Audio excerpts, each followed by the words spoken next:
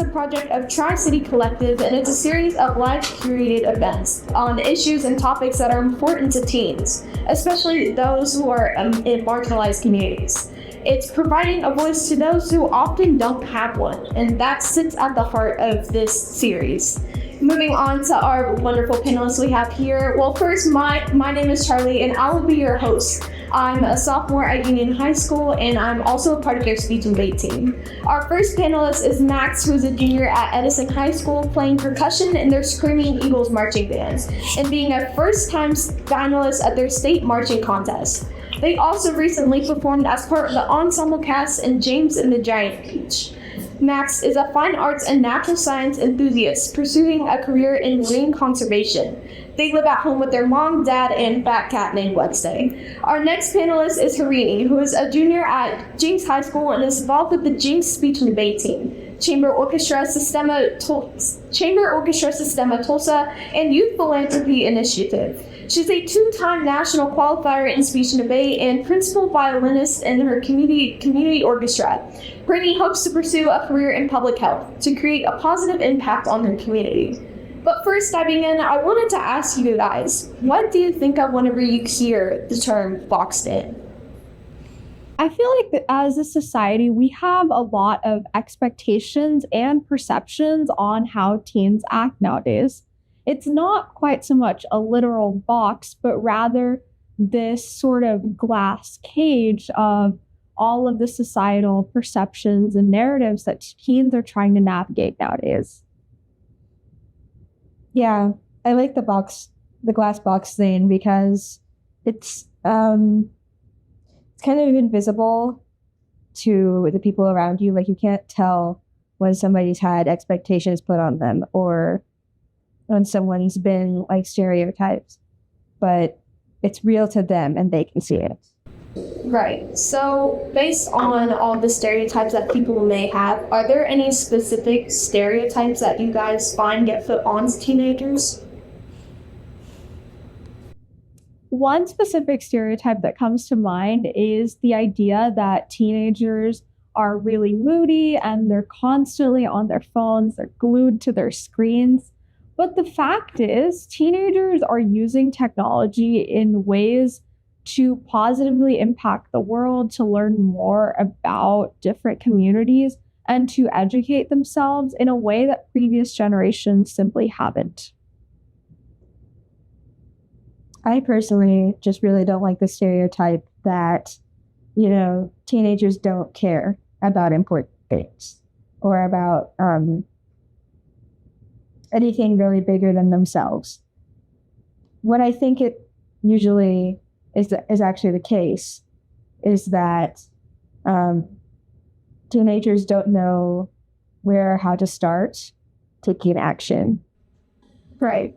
So you both kind of talked about like teens getting informed and stuff like that. So I was wondering, could social media somehow impact this? Because I know, like you were talking about, people think that teens are always on their phones and maybe they're on social media. So do you think that teens can almost express themselves with social media? And do you think whether it exemplifies these stereotypes or not?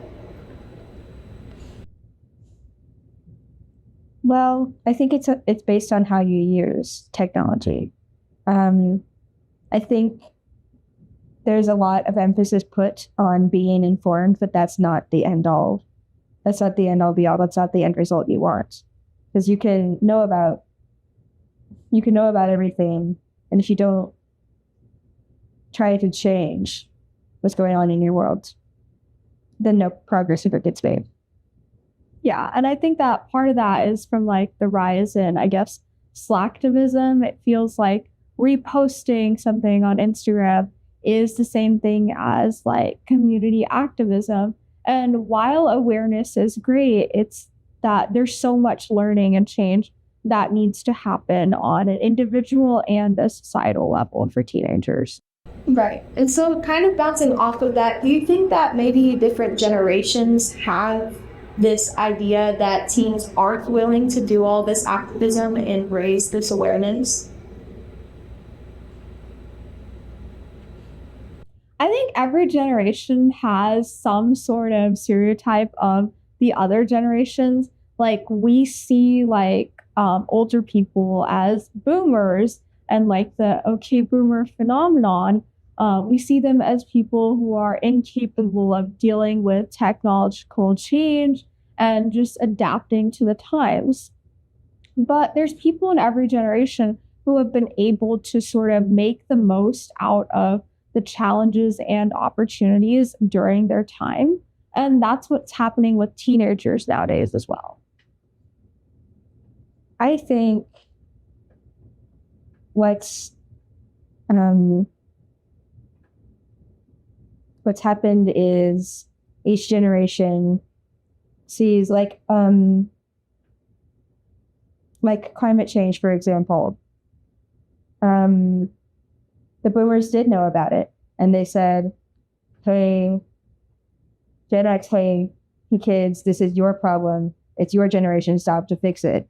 And then they went to the next one and said, "It's your job to fix it. It's your job to fix it." And we've kind of come to a point where either we do something now or we don't. I feel like we're kind of inheriting like the problems of so many previous generations. And it's come to a point where we've inherited so many long lasting issues.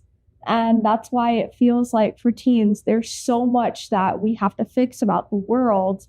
But then also, you have to figure out who you want to be. You have to discover your authentic self. But that's so much pressure to put on yourself.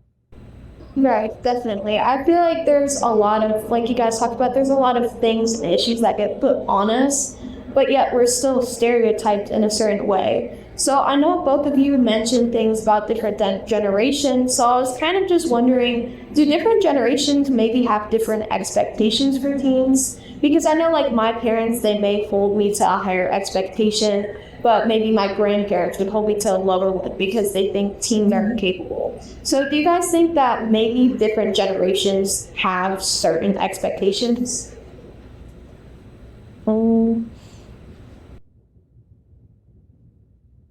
I'd say generations closer to us tend to have higher expectations of us, and older people tend to go, "Oh, you'll be fine no matter what." You know? Yeah, maybe part of that is because like we can relate a little bit more to millennials and their struggles, while like boomers think, oh, millennials, they're just those kids who get avocado toast all the time. That's why they can't afford home ownership. But there's so many more societal factors that have influenced our struggles. Yeah. I feel like stereotypes is throughout the generations, but for teens, it's almost like it just worsened as the generations go on. And I know you guys were talking about more millennials, and we know that currently millennials are starting to teach these teens now. So I was just wondering, do you guys think that schools may exemplify these stereotypes at all, whether it's the students or the actual teachers themselves?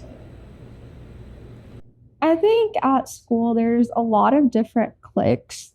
And part of this is if you think about high school from the narrative of like 2000s movies, there's usually all these archetypes of there's the nerd, there's the jock, there's the athletes, there's the dumb cheerleader. But we have so many more like nuanced friend groups than these archetypes that society sort of believes that teens follow. But then also school does have some of these cliquey friend groups, and it's hard to like meet new people when you have all of these perceptions, whether it be positive of or negative, of people that you have never interacted with. I agree with that. I think like a lot of my younger teachers, like millennials and Gen X type of that age, they try to more protect you from what they they had growing up, like if they were bullied, or if they didn't fit into a clique, then they just seem to put a lot more emphasis on that than we do. Yeah. I really like that point of just different generations seeing us differently and teaching and all of that. And Farini, I know you brought up like cliques and different friend groups. So I was just wondering, do you guys think these stereotypes may force people into these cliques or more conformity throughout school and into different friend groups? I think definitely like the activities you participate in, many activities have like certain stereotypes. Like if you're a theater kid, you're quirky and artistic. If you're in math club, you're a nerd. If you play football, you're just a jock who can't prioritize academics. And part of these stereotypes do lend themselves to forming these cliquey communities of people who share some common parts of their identity, but we're also diverse even within these shared communities. Yeah, I think what's kind of like the harmful thing about that is that some of these people who are put into activity friend groups and cliques don't see themselves with a social or social life, or even like just having a life without that safe space, without that one thing that they do. And I definitely feel like cliques, they can be harmful in many ways. I know personally at my school and in my own personal life that a lot of people, including myself, almost try to fit into these stereotypes and cliques because there's almost this sense of belonging that people may have. So I was just wondering, have you guys personally almost tried to fit into these cliques and stereotypes? I think I definitely have. I mean, in the process of trying to figure out who you are, inevitably you will try to fit into some sort of clique. And part of that is like changing trends. Like, I wanted to have a Stanley Cup.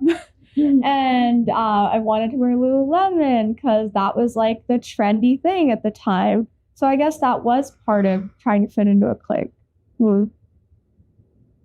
I mean, I think I'm definitely louder around my band people than I am just in my classes and just around other people. Because I feel like in one place you can be more vibrant, more eccentric than others. And while some people will call you weird, the others will try to kind of match your energy. Yeah. And I totally get that. With my speech and debate team, I'm kind of just like known as a yapper. I just talk all the time and I just am constantly just moving around and doing whatever because I feel comfortable with them and I feel like I can truly be myself. But I feel like as these cliques and this conformity happens, that maybe we lose ourselves in this individuality. So I was just wondering, do you guys think that maybe these stereotypes could stifle our own individuality? I think the reason people sort of remain in cliques is because they're comfortable. They're this sort of collective of people that you feel safe around. You feel like your ideas will be valued and you kind of expect what's going to happen. And that sort of familiarity is the reason people remain in cliques. But we do lose out on that individuality, and it's hard to be authentic 100% of the time for everyone. In fact, it's almost impossible. So it's really just a journey of trying to find yourself. I think a lot of what you lose is not being able to talk about everything that's going on in your life to certain groups of people, you know? Like, if you think, Oh, I've learned this really interesting piece of, scientific information, but nobody, um, like an art or a theater type environment is going to care about that. You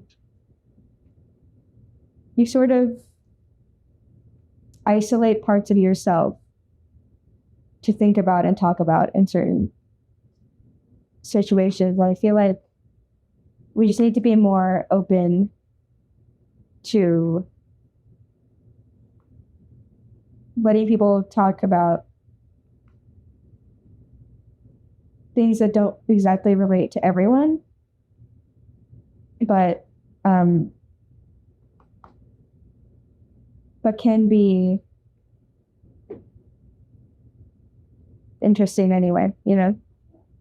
And I definitely get that. I know you were talking about how like people in maybe like an art and theater aspect might not get the whole like a scientific discovery that you may have found and stuff like that.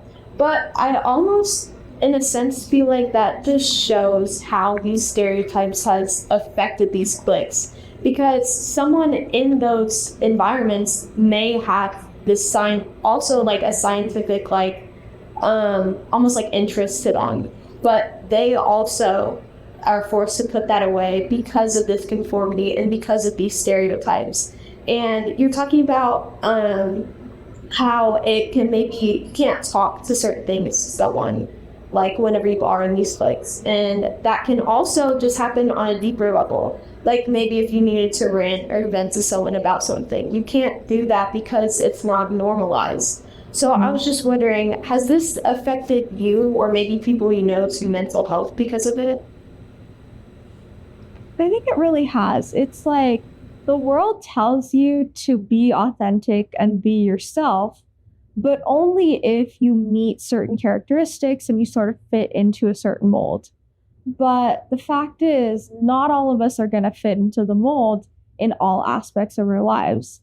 And it's either you break the mold or the mold breaks you when you're trying to like fit in and change so many different parts of your personality to fit into this sort of version of what society wants you to be.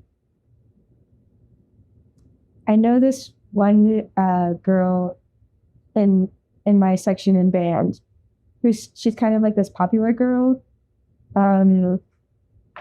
who kind of wears all of the things that are trendy at that time and has like the main like popular friend group, but it seems like she kind of separates band from that life that she has. And when I look at how she acts around us and how she acts around like her friend group outside of band, it's different. She's almost like it's almost like she performs or behaves differently in each situation. And I wonder if that has like an effect on how she sees herself. So, kind of just bouncing off of that, people definitely can act differently in places where they're more comfortable or where they want to fill these stereotypes or conform and stuff like that. So, I know, again, this could just be like harmful in general. And I was kind of wondering, have you found like, have your friends or just people in school, do you think that it may affect their behavior in total? And do you think that this could maybe harm their future lives? Because I know that we're in high school right now, but soon we're going to be off into college and for careers where we may not have these cliques and these platforms. So do you think that it could maybe harm their college lives or their future lives at all? I think the ability to sort of interact with so many different groups of people is beneficial both in terms of like future career, college, and just success in life. And I feel like if we get so comfortable in our cliques and we don't like break out of these like sort of communities, we're always going to have these perceptions of them, whoever them is, whether that be, oh, the theater kids, the kids who don't sit with us. We just need to sort of venture out of our comfort zone sometimes. Bouncing off of bouncing off of the venturing outside of your comfort zone thing, I think one of the most harmful things about like these cliques is if like people in these activity based cliques don't ever see like what they could do outside of this activity. Like a lot of band kids want to become music teachers, and a lot of athletes want to stay athletes through their entire lives and careers. And theater kids just want to go on Broadway. And I think what we need to start doing is asking ourselves what we can do to broaden our horizons. Yeah, definitely. So, kind of just again bouncing off of all the things that you guys said. Whenever we do allow ourselves to be outside of these stereotypes and cliques, do you guys see any benefit from it?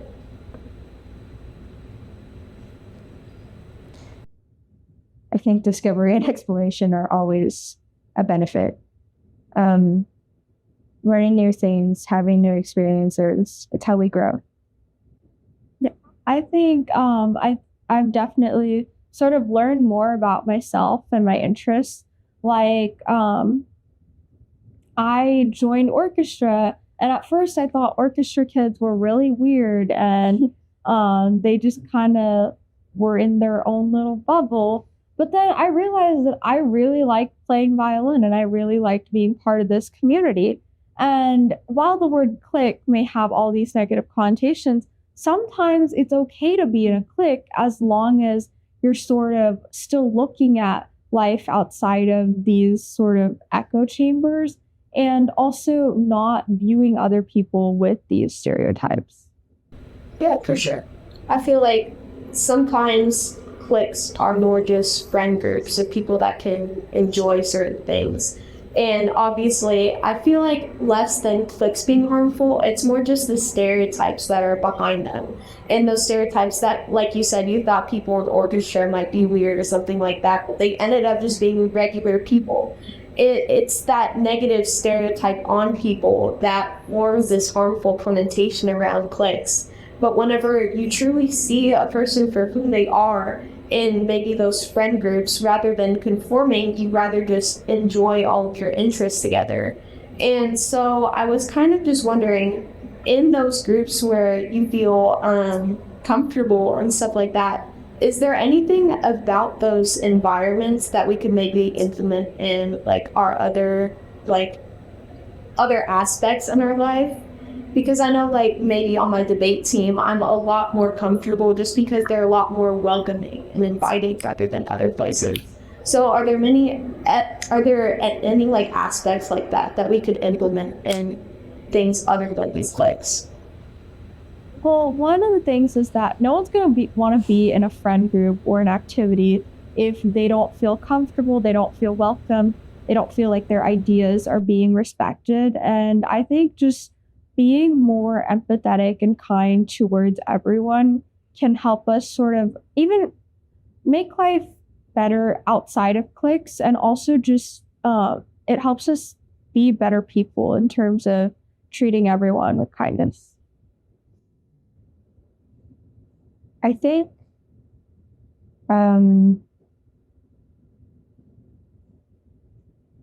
we need to have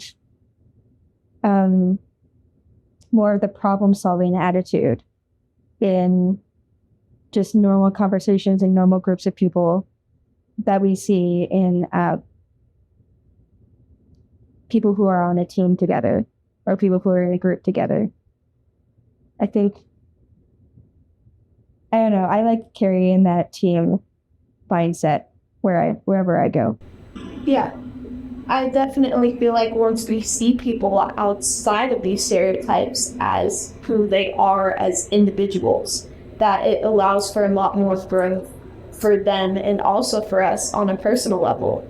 So I was just wondering, is there any advice that you could give to someone who's maybe struggling with these stereotypes or this conformity? I think the most important thing for me personally would just to be more empathetic towards everyone. And empathy, I know we've all heard the like term in preschool, it's like walk a mile in their shoes, but it's really to like think about perspectives other than your own and to see how people in so many different cliques and friend groups feel about yourself and other people. And also, when your friends like call you out for something that you did, whether that be like your perceptions of another community, really take a look at what you're doing and how you could sort of acknowledge your behavior in order to avoid perpetuating these stereotypes. I'd say on the other side of that coin, don't let people belittle you or tell you what you are and what you aren't. That in the end, you make your decisions, you build your world. And whether you fit in or not, whether you feel that whether you feel that pressure or not, whether you want to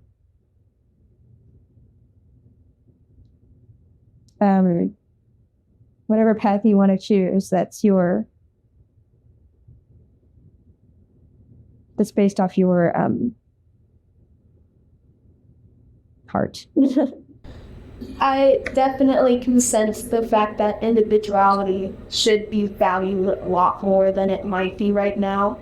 And it's important for people to realize that teens are a lot more capable than what they like may be made out of from these stereotypes of being incapable or being lazy, like I mentioned earlier. So kind of just as a final question, I was wondering, is there something you want the world to know about teens? Teenagers are changing the world every single day. I know that it can seem sometimes like teens are just people who are constantly on social media. They're obsessed with trends. But the fact is, teenagers are noticing real problems in their communities and they're taking steps to sort of rectify these mistakes of the past. Like I mentioned previously, we've inherited so many problems from previous generations, and we're trying to make the world a better place one step at a time. Right. I think we have a lot of strengths. And one of those biggest strengths in my mind is a unique perspective. So put what you want in the world out into the world. That's it. I definitely feel like teens are the change that's happening right now. We were talking about in the beginning of this how all of these issues have come spiraling down onto our generation and how it may be our chance in order to take hold of that and finally do something with it. I feel like it's important not to see teens as incapable, but rather, like you said, Max, all the strengths that we may have and the different perspectives that we may have. Renee was talking about how we are the activists that are currently trying to make change in the world, and that's really just the most important thing to take out of this. And with that wraps up today's episode of Teen Talk. So for some quick thank yous, I want to say thank you to Tri-City Collective for just putting all of this together. Also 36 Degrees North for this beautiful building that we're currently in. And of course, to the wonderful panelists that we have here for the discussion. We hope to see you again next time.